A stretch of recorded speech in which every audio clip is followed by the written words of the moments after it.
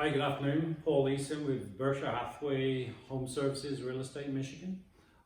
Just here on an inspection today at one of my clients' pending properties, and got me thinking about what actually goes into an inspection and what is expected of the inspector and also of the client. So for me, it's a good opportunity for the client to come back in and get to know his house or their house that they've just put an offer in on, and also an opportunity to go through and maybe figure out where certain furniture is going to go, measure some of the windows for window fittings. So typically I bring along tape measure, laser for larger rooms, and then other tools that I bring: flashlight, electrical tester, and also electrical testers sometimes for some of the older properties to see whether the knob and tube is still hot.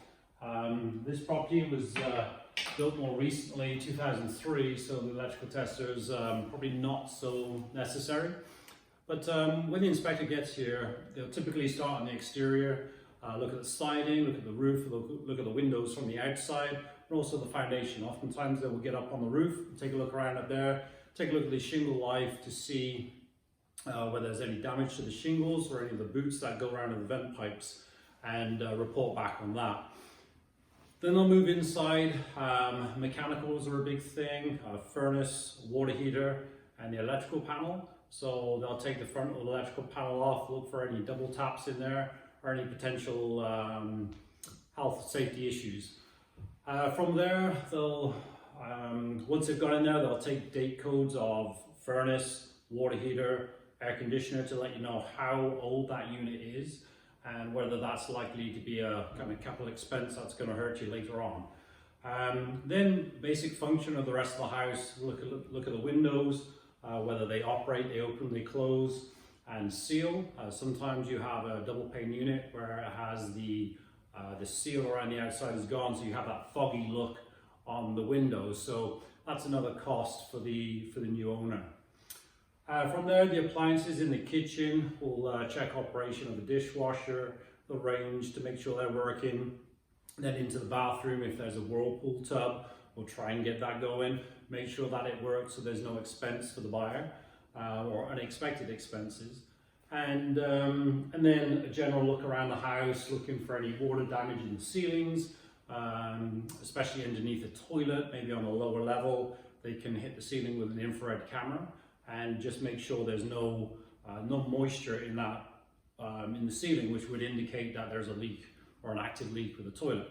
So the inspection can take 2 to 3 hours. The inspector I use is Todd Calhoun of Pillar to Post Inspections.